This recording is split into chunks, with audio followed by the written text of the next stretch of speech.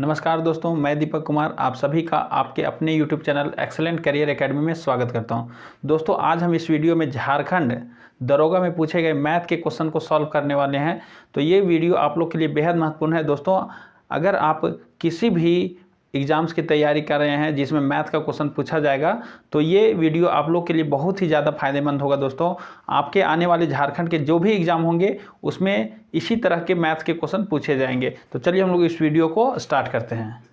तो दोस्तों, हमारा पहला क्वेश्चन है, दो संख्याओं का अनुपात 9:7 है। यदि उनका महत्तम समवर्तक 8 हो तो संख्याएं क्या है। तो दोस्तों, इसमें हमें दो नंबर का अनुपात दे दिया है। दो नंबर का अनुपात क्या क्या है दोस्तों, यहाँ पर 9:7 है ना। दो संख्याओं का अनुपात दिया हुआ है और ये दोनों का मासा भी दिया हुआ है। ये दोनों का मासा दिया हुआ है दोस्तों, कितना 8 दिया हुआ है। तो कहता है कि ये दोनों संख्याएं क्या है ना। ये दोनों संख्याएं क्या है। तो चलिए हम लोग निकाल देते हैं ये दोनों संख्याएं क्या है। तो दोस्तों, अगर दो संख्या का अनुपात दिया हुआ हो और इसका अगर मासा निकालना हो तो ये बहुत ही आसानी ढंग से हम लोग निकाल सकते हैं। पहली संख्या क्या होगा दोस्तों, पहली संख्या निकालने के लिए पहली संख्या का जो अनुपातिक वैल्यू है कितना है, 9 है। इसको आप मासा से गुना कर दीजिए। कितना, मासा से गुना कर दीजिए तो कितना होगा, 9×72। देखिए हमारा पहली संख्या निकल गया, यानी हमारा पहली संख्या कितना है, 72। अब दूसरी संख्या, तो दोस्तों अब हम लोग दूसरी संख्या कैसे निकालेंगे। तो दूसरी संख्या का अनुपातिक वैल्यू कितना है, 7 है और इसको भी आप मासा से गुना कर दीजिए, यानी कितना, 8 से। तो कितना हो जाएगा, 7×8=56। तो देखिए पहली संख्या 72 और दूसरी संख्या 56, तो ये हमारा हो गया आंसर। तो दोस्तों, इस तरह से हम लोग ये क्वेश्चन को सॉल्व कर लिए हैं। अब हम लोग चलिए इसके अगले वाले क्वेश्चन को सॉल्व करते हैं। तो दोस्तों, हमारा क्वेश्चन नंबर 2 कहता है, निम्नलिखित में कौन सा 2640 का गुणनखंड नहीं है। तो दोस्तों, हमारे पास एक नंबर दिया हुआ है 2640 है ना। 2640 ये हमारे पास जो नंबर है और यहाँ इस क्वेश्चन का 4 ऑप्शन दिया हुआ है और हमें ये पता करना है कि कौन सा संख्या जो है वो 2640 का गुणनखंड नहीं है। तो इसको हम लोग कैसे बनाएंगे दोस्तों, चलिए हम लोग 2640 का गुणनखंड करते हैं, है ना। तो 2640 का गुणनखंड कीजिए। तो अब पहले हम लोग इसको 2 से लगा सकते हैं, 2 से डिवाइड। तो ये कितना हो जाएगा, 1320 है ना। 2 से इसको और डिवाइड करेंगे हम लोग, तो 2 से डिवाइड करेंगे तो ये कितना हो जाएगा, 660 हो जाएगा। कितना होगा दोस्तों, 660। अब यहाँ पर हम लोग 2 से और इसको डिवाइड करेंगे तो कितना होगा, 330। अब दोस्तों यहाँ पर हम लोग और भी इसको डिवाइड करेंगे 2 से, तो 2 से डिवाइड करेंगे तो कितना हो जाएगा दोस्तों, 165 हो जाएगा। कितना होगा, 165। अब इसको हम लोग 2 से तो डिवाइड नहीं कर सकते हैं, इसको 3 से डिवाइड कर सकते हैं। तो दोस्तों यहाँ से अगर हम 3 से डिवाइड करेंगे तो देखिए यहाँ पर आप देख सकते हैं कि ये 55 आएगा। कितना आएगा, 55। यहाँ और भी हम लोग डिवाइड कर सकते हैं दोस्तों, लेकिन यहाँ पर हम लोग देखेंगे कि जो हमारे पास ऑप्शन दिया हुआ है उस ऑप्शन को भी हम लोग ध्यान में रखते हुए इसको हम लोग गुणनखंड करेंगे। तो देखिए हमारे पास जो भी ऑप्शन दिया हुआ है उसमें ज़रा ध्यान दीजिए। ये 2640 यानी 2640 का गुणनखंड 155 हो रहा है, क्योंकि इसके गुणनखंड में आए तो ये तो ऑलरेडी इसका एक गुणनखंड है, कोई दिक्कत नहीं इसमें। इसके बाद हम लोग 1320 यहाँ देख रहे हैं कि 1320 भी जो है वो एक गुणनखंड हो गया। सी नंबर का 330 जो है वो भी एक गुणनखंड हो गया। तो दोस्तों हम लोग देख रहे हैं कि ये जो 3 नंबर दिया हुआ है, ये 3 नंबर इसका गुणनखंड हो गया है। तो चौथा नंबर जो हमारे पास बच गया वो इसका गुणनखंड नहीं होगा, है ना। तो अब दोस्तों हमारे पास ये जो नंबर है, एक नंबर बच गया है 1420 है ना, 1420। तो इससे ये 2640 पूरी तरह से कट नहीं रहा है ना, पूरी तरह से नहीं कट रहा है। तो हम लोग क्या देखेंगे कि यही जो है ये गुणनखंड नहीं हो रहा है ना। यही नंबर जो है वो गुणनखंड नहीं हो रहा है। इसका मतलब हमारा आंसर कितना होगा दोस्तों, इसका मतलब हमारा आंसर जो होगा वो डी नंबर होगा, है ना। यानी कि ये नंबर जो है 1420 ये 2640 यानी 2640 का गुणनखंड नहीं हो रहा है। तो दोस्तों हमारा क्वेश्चन नंबर 3 का आता है 5/7 10/9 एवं 15/11 इसका मुझे लासा निकालना है। क्या निकालना है दोस्तों? इसका मुझे लासा निकालना है। तो इसका लासा हम लोग कैसे निकालेंगे दोस्तों? तो अगर हमारे पास कोई नंबर अगर दिया हुआ है, कोई नंबर अगर हमारे पास भिन्न के रूप में दिया हुआ है और उसका अगर मुझे लासा निकालना है, तो हम लोग क्या करेंगे, इसका जो अंश है ना, इसका आप लासा निकालिए। इसका अंश को क्या निकालिए? लासा। इसका अंश का लासा तो क्या होगा दोस्तों? 5, 10 और 15, इसका आप लासा निकालिए। और नीचे यानी हर जो है इसका आप मासा निकालिए। हर का क्या निकालेंगे आप? मासा निकालेंगे। यानी कि 7, 9 और 11, इसका आप मासा निकालिए। तो दोस्तों 5, 10 और 15, इसका आप लासा निकालिए। तो लासा देख रहे हैं दोस्तों, इसका कितना आएगा? इसका लासा जो है वो आएगा 30। और यहाँ पर इसका अगर मासा देखें तो 7, 9 और 11, इसका जो मासा होगा ये 1 होगा। तो अगर हम लोग देखें यहाँ पर तो कितना हो जाएगा? 30/1 मतलब कितना हो जाएगा? 30 होगा। इसका आंसर कितना होगा दोस्तों? इसका आंसर 30 होगा। तो इस तरह से हम लोग इस क्वेश्चन को भी आसानी ढंग से सॉल्व कर लिए। अब हम लोग चलिए इसके अगले वाले क्वेश्चन को सॉल्व करते हैं। तो दोस्तों हमारा क्वेश्चन नंबर 4 कहता है कि 280 को कैनोनिकल रूप में लिखें। हमारे पास एक नंबर दिया हुआ है 280, है ना, इसको कैनोनिकल रूप में लिखना है। तो दोस्तों हमारे पास जो नंबर 280 है, इसको आप अभाज्य गुणनखंडन कर दीजिए इसका, है ना, इसका आप अभाज्य गुणनखंडन कर दीजिए। तो यहाँ पर कितना हो जाएगा? 2 से अगर इसको डिवाइड करेंगे तो कितना हो जाएगा? ये 140 हो जाएगा। कितना? 140। अब यहाँ से हम लोग देखेंगे फिर इसको अगर हम लोग 2 से डिवाइड करेंगे तो ये हमारा 70 हो जाएगा। अब इसको हम लोग कितना से डिवाइड कर सकते हैं? 2 से और डिवाइड करेंगे तो ये हमारा 35 हो जाएगा। इसको फिर 5 से डिवाइड कीजिए तो 7 आ जाएगा। 7 से अगर हम लोग इसको डिवाइड करते हैं दोस्तों तो ये 1 हो जाएगा। तो ये हमें 280 को कैनोनिकल रूप में लिखना है। तो कैनोनिकल रूप में लिखने के लिए क्या करना पड़ेगा? इसको अभाज्य गुणनखंडन के रूप में आप लिख दीजिए, है ना। यानी कि कैनोनिकल रूप में लिखने का मतलब है कि इसको आप अभाज्य गुणनखंडन के रूप में लिखिए। तो देखिए 280 को अगर हम लोग अभाज्य गुणनखंडन के रूप में लिखते हैं, है ना, तो 280 का अभाज्य गुणनखंडन कितना होगा? ये देखिए 2 कितना बार है? 1, 2, 3, है ना। तो 2 का पावर कितना हो जाएगा दोस्तों? 3। और फिर यहाँ पर कितना हो जाएगा? 5 का पावर 1। और यहाँ पर 5 का पावर 1 अगर है तो हम लोग 5 का पावर 1 को लिखें पावर 1 या ना लिखें, कोई इसमें फर्क नहीं है। और उसके बाद फिर 7 का पावर 1 मतलब 7 भी लिख सकते हैं। तो देखिए दोस्तों यही हमारा कैनोनिकल रूप आ गया, यही हमारा आंसर होगा, है ना। अब चलिए इस क्वेश्चन को हम लोग सॉल्व कर लिए। अब इसके अगले वाले क्वेश्चन को हम लोग सॉल्व करते हैं। दोस्तों अब हमारा अगला क्वेश्चन नंबर 5 क्या कहता है? कहता है 729/1331 का होल पावर -2/3 का मान क्या होगा? तो चलिए इस क्वेश्चन को बनाते हैं हम लोग। 729/1331 का होल पावर कितना है दोस्तों? तो का होल पावर कितना है? -2/3। इसका वैल्यू निकालिए। तो इसका वैल्यू हम लोग कैसे निकालेंगे? इसका वैल्यू हम लोग निकालने के लिए क्या करेंगे दोस्तों? सबसे पहले ये पावर जो माइनस है, ये माइनस वाला पावर जो है इसको आप प्लस में कीजिए, है ना। तो कैसे करेंगे प्लस में? ये ब्रैकेट के अंदर जो नंबर लिखा हुआ है, जो भिन्न लिखा हुआ है, इसको आप उलट दीजिए। तो इसको अगर उलट देंगे तो कितना हो जाएगा? 1331/729। अगर आप ये भिन्न को उलट दिए तो इस पर जो पावर होगा उसका साइन भी चेंज हो जाएगा। यानी अगर माइनस में है तो प्लस हो जाएगा, प्लस है तो माइनस में हो जाएगा। तो ये क्योंकि यहाँ पर ये माइनस में दिया हुआ है तो अब इसका पावर कितना हो जाएगा? प्लस हो जाएगा। कितना? प्लस। अब देखिए यहाँ पर कितना है, जो पावर है ये 2/3 है। तो पावर में जो यहाँ पर आपका हर दिख रहा है 3, यानी ये ब्रैकेट के अंदर जो नंबर है इसको आप पावर 3 में बना लीजिए। कैसे बनाएंगे पावर 3 में? सो देखिए यहाँ पर 1331 है तो ये किसका पावर 3 होता है? ये 11 का पावर 3 यानी 11 का क्यूब होता है। तो 11 का क्यूब, है ना। और ये कितना का क्यूब होता है दोस्तों? ये हमारा 9 का क्यूब होता है, 729। तो ये दोनों जो है वो क्यूब नंबर दिया हुआ था। तो ये किसका क्यूब है? ये 1331 जो है वो 11 का है और ये 729 जो है 9 का।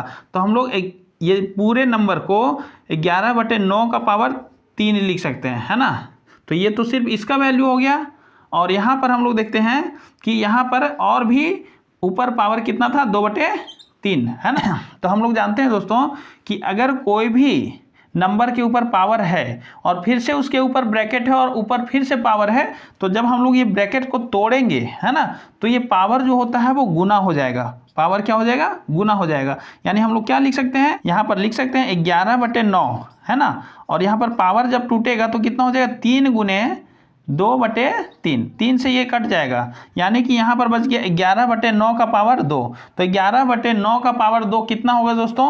11/9 का पावर 2 मतलब 11 का पावर 2 कितना होता है? ये 121 होगा। और हमारा 9 का पावर 2 कितना होगा दोस्तों? 9 का पावर 2 मतलब 81 हो जाएगा। ये हमारा आंसर हो गया। तो दोस्तों ये क्वेश्चन भी आपको आसानी ढंग से समझ में आ गया होगा। अब चलिए हम लोग इसके अगले वाले क्वेश्चन को सॉल्व करते हैं। तो दोस्तों हमारा अगला क्वेश्चन है, एक त्रिभुज के सबसे बड़े और सबसे छोटे कोण का अनुपात क्रमशः अनुपात 2:1 है। त्रिभुज का दूसरा सबसे बड़ा कोण 33 डिग्री का है। त्रिभुज के सबसे बड़े कोण का 50% का मान कितना होगा? तो दोस्तों चलिए इस क्वेश्चन को हम लोग सॉल्व करते हैं। सबसे पहले यहाँ एक त्रिभुज का बात किया गया है, तो एक त्रिभुज हम लोग बना लेते हैं। यहाँ पर एक हम लोग त्रिभुज बना लिए। इसमें कहता है कि त्रिभुज के सबसे बड़े और सबसे छोटे कोण का अनुपात क्रमशः 2:1 है। तो मान लेते हैं ये त्रिभुज का सबसे बड़ा कोण है ना, और ये त्रिभुज का सबसे छोटा कोण है। तो ये दोनों के बीच का अनुपात कितना है? 2:1 है। तो मान लेते हैं ये कोण जो सबसे बड़ा है वो 2x हो जाएगा, और ये छोटा वाला जो है वो मान लेते हैं यहाँ पर x हो जाएगा, है ना। ये बड़ा वाला जो है वो 2x हो जाएगा और छोटा वाला जो है वो कितना होगा? x होगा, क्योंकि इसका अनुपात 2:1 लिखा हुआ था, है ना। और कहता है इसमें दूसरा सबसे बड़ा कोण जो है वो 33 डिग्री है। तो इसमें एक ही कोण तो और बच गया है। तो दूसरा सबसे बड़ा कोण कौन है दोस्तों? ये हमारा 33 डिग्री है। इसको हम लोग 33 डिग्री मान लेते हैं, है ना। तो देखिए त्रिभुज में तीनों कोण का चर्चा हो चुका है। अब हमारे पास यहाँ कहता है कि जो सबसे बड़ा कोण है उसका 50% कितना होगा, यही हम लोग को निकालना है। तो ये हमारा दोस्तों है सबसे बड़ा कोण। ये हमारा क्या है? ये हमारा सबसे बड़ा कोण। ये सबसे बड़ा कोण, और ये है दोस्तों हमारा सबसे छोटा कोण। ये हमारा सबसे छोटा कोण। तो दोस्तों ये सबसे बड़ा कोण है और ये सबसे छोटा कोण है ना। अब देखिए अगर हम लोग ये तीनों का वैल्यू यानी तीनों कोण का मान अगर हम लोग जोड़ देते हैं तो कितना मिलेगा? 180 डिग्री मिलेगा, क्योंकि हम लोग जानते हैं कि किसी भी त्रिभुज में तीनों कोणों का जो योग होता है वो 180 डिग्री के बराबर होता है। तो यहाँ पर दोस्तों अगर हम लोग इसको जोड़ेंगे तो यहाँ पर तीनों कोण को जोड़ेंगे तो 2x और 1x कितना हो जाएगा? 3x, और ये प्लस 33 डिग्री, है ना। यानी कि 3x बराबर कितना हो जाएगा? 33 डिग्री। ये तीनों कोणों का योग हो गया है, तो ये कितना होगा? 180 डिग्री के बराबर होगा। तो दोस्तों अब हम लोग इससे क्या करेंगे? x का वैल्यू निकालेंगे। तो x का वैल्यू निकालने के लिए 33 डिग्री को हम लोग उधर भेज देंगे, है ना। तो 3x बराबर 33 डिग्री को उधर भेजेंगे तो ये हमारा कितना बच जाएगा? 147 डिग्री। अब हम लोग क्या करेंगे? 3 से इसको काट देंगे। तो 3 से एक बार में ये कटा, है ना, और ये कितना? 3 चौक 12, 4 बार में, और फिर यहाँ 2 बच गया, यहाँ 27 बना देगा।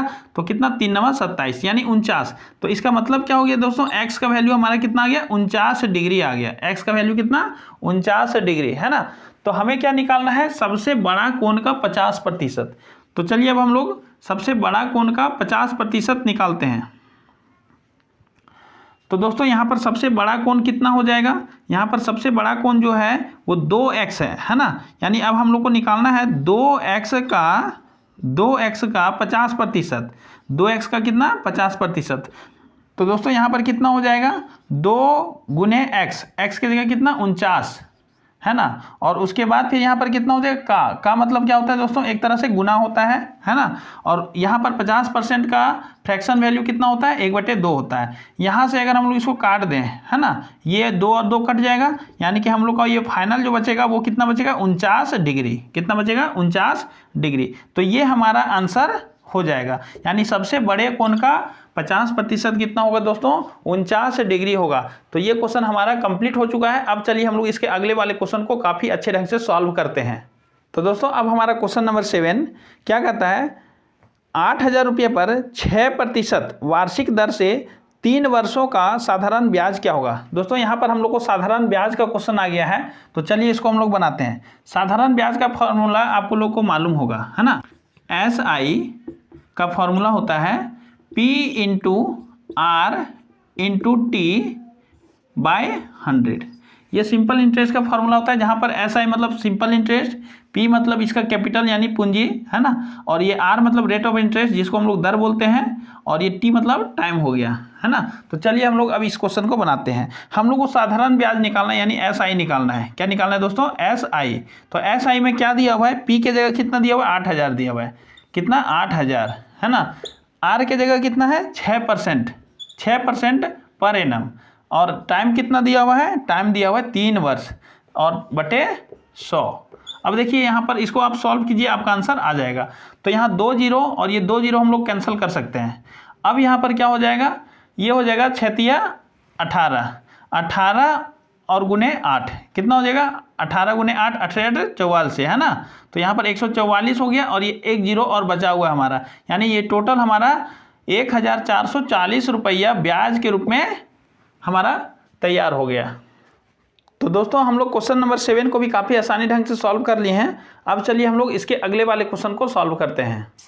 तो दोस्तों हमारा अगला क्वेश्चन क्या कहता है कि पंकज ने एक मोटरसाइकिल की कीमत का 12,000 रुपया अग्रिम भुगतान किया तथा शेष राशि 3 वर्षों के बाद 5% वार्षिक साधारण ब्याज की दर से ब्याज सहित 23,000 रुपया भुगतान करके चुकाया, तो मोटरसाइकिल की कीमत क्या थी। तो दोस्तों इस क्वेश्चन को चलिए हम लोग बनाते हैं। मोटरसाइकिल का ओरिजिनल प्राइस क्या था, इसको हम लोग को फाइंड करना है। तो मोटरसाइकिल का ओरिजिनल प्राइस हमें नहीं मालूम है, लेकिन मोटरसाइकिल जब खरीदा गया तो उस समय कैश दिया गया 12,000 रुपया, बाकी उसे उधार के रूप में ले लिया गया, है ना। तो देखिए उधार के रूप में जो रुपया लिया गया था उसको मान लेते हैं हम लोग कितना? 100%। कितना? 100%। अब देखिए दोस्तों इस पर 5% वार्षिक साधारण ब्याज लगा हुआ है, तो 3 साल में कितना ब्याज होगा? 1 साल का 5% तो 3 साल का 15%, यानी कि अगर हम पैसा को भुगतान करने जाएंगे, जो उधारी पैसा है जो हम यानी कि जो हम उधार लाए थे उसको अगर पूरी तरह से ब्याज के साथ लौटाने जाएंगे, है ना, तो मुझे 100% जो हम उधार लाए थे 100, है ना, और 15% ब्याज साधारण ब्याज, है ना, ये दोनों मिला करके मुझे लौटाना पड़ेगा पूरी तरह से भुगतान करने के लिए, है ना। हम लोग को कितना परसेंट जो है वो वहाँ पर जमा करना पड़ेगा पूरी तरह से उधारी समाप्त करने के लिए। तो यहाँ पर हम लोग देखते हैं कि 100% तो हमारा उधार था, 15% ब्याज हो गया, यानी कि हम लोग को वहाँ पर 115%, हम लोग को कितना? 115% जो है वो जमा करना पड़ेगा। तो 115% जमा करेंगे तो हमारा जो कर्ज था वो भी समाप्त हो जाएगा और उसका ब्याज भी मिल जाएगा। इसको समाप्त करने के लिए बाद में यानी 3 साल के बाद कितना रुपया दिया गया है? 3 साल के बाद जो है वो जमा किया गया है 23,000 रुपया, है ना, 23,000 रुपया। तो यानी 115%, यानी 115% जो है वो 23,000 के बराबर है। कितना? 23,000 के बराबर है। तो यहाँ पर दोस्तों हम लोग देखते हैं कि 1% कितना के बराबर होगा? 1% का अगर बात करें तो कितना के बराबर होगा? तो ये 23,000 बटे कितना? 115, है ना, 115। यहाँ से अगर हम लोग इसको काट दें तो 1 बार में कटेगा, ये 2 बार में कटेगा और यहाँ पर 2 जीरो आ जाएगा। 1% का वैल्यू कितना है? 200 है। तो इसलिए हम लोग देखते हैं कि 100% का वैल्यू कितना होगा? 100% का वैल्यू दोस्तों हमारा हो जाएगा 200 गुने 100 मतलब कितना हो जाएगा? 20,000। 100% मतलब हो गया 20,000। तो देखिए दोस्तों अगर मुझे सिर्फ मोटरसाइकिल का कीमत पूछा गया है तो 12,000 रुपये वो तो पहले दिया था और 20,000 रुपये जो है मोटरसाइकिल का वो उधार लिया था, है ना। तो इसका मतलब मोटरसाइकिल की कीमत कितना हो जाएगा? तो मोटरसाइकिल की कीमत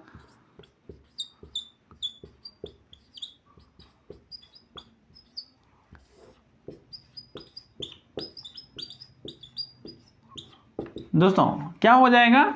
ये हम लोग देखें कि 12,000 रुपया वो पहले दिया था, है ना, 12,000 रुपया पहले दिया था और प्लस 20,000 रुपये जो उधार लाया था वही मोटरसाइकिल की कीमत का ही ना लाया था 20,000, तो 20,000 इसमें हम लोग और जोड़ देंगे, है ना, 20,000 हम लोग इसमें और जोड़ देंगे।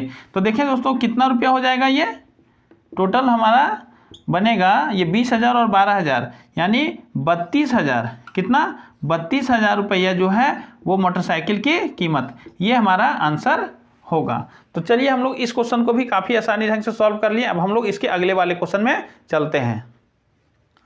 अब हमारा क्वेश्चन नंबर 9 कहता है कि 3/2 प्लस 7/4 प्लस 5/6 माइनस 3/8 का मान ज्ञात करें। तो चलिए इस क्वेश्चन को हम लोग सॉल्व करते हैं। 2/3 प्लस 7/4 प्लस 5/6 माइनस 3/8, इसका मान क्या होगा ये आपको सॉल्व करना है ना। चलिए निकालिए। अब देखिए यहाँ दोस्तों, यहाँ पर सबसे पहले हम लोग सबका एलसीएम लेंगे, है ना। 3, 4, 6 और 8, इसका एलसीएम अगर आप लेंगे तो आपको तो एलसीएम निकालने के लिए बहुत अच्छे ढंग से आता है, आप इसे निकाल सकते हैं तुरंत। इसका एलसीएम जो है वो हमारा कितना आ रहा है, 24 आ रहा है। कितना? 24, है ना। तो ये 3 से कितना बार में, 8 बार में, यानी 8 ऊपर गुना होगा तो कितना होगा, 8 दूना 16 प्लस ये 4 से कितना बार में कटेगा, 6 बार में, 6 सते 42, ये हमारा 42 आ गया। ये प्लस 6 से कितना, 4 बार में, 4 बचे 20, यानी ये 20 हो गया दोस्तों। इसको थोड़ा सा हम लोग और आगे बढ़ा देते हैं। अब देखिए यहाँ पर माइनस है तो माइनस का साइन दीजिए। कितना हो जाएगा, 8 तिया 24, 3 तिया 9, इतना हो गया हमारा। अब देखिए आगे, इसको जब हम लोग सारा कैलकुलेट करेंगे तो कितना हो जाएगा, तो 42 और 20 62, 62 और 16 78, 78 में 9 अगर घटा देंगे, है ना, तो 78 में 9 घटा देंगे तो कितना बचेगा दोस्तों, ये 69/24, है ना। ये हमारा आंसर हो जाएगा, है ना। तो चलिए अब हम लोग इसके अगले वाले क्वेश्चन को सॉल्व करते हैं। दोस्तों हमारा क्वेश्चन नंबर 10 कहता है किसी पहिए की त्रिज्या 0.42 मीटर है, यदि 1 मिनट में 750 चक्कर लगाता है तो उसकी गति किसके बराबर होगी।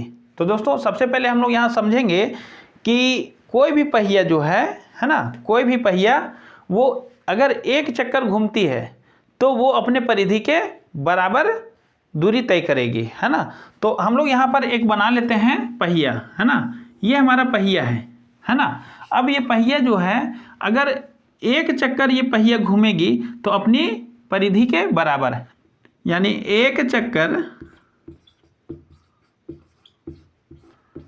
में तय की गई दूरी, एक चक्कर में तय की गई दूरी बराबर क्या होता है, ये पहिए की परिधि, पहिए की परिधि, पहिए की परिधि, है ना। तो दोस्तों ये हमारा एक चक्कर में तय की गई दूरी जो होता है वो पहिए की परिधि। और हम लोग जानते हैं कोई भी अगर वृत्त है तो इसका जो परिधि होता है ना, इसका जो परिधि होता है दोस्तों ये कितना होता है, इसका जो परिधि होगा वो हमारा कितना होगा, 2πr।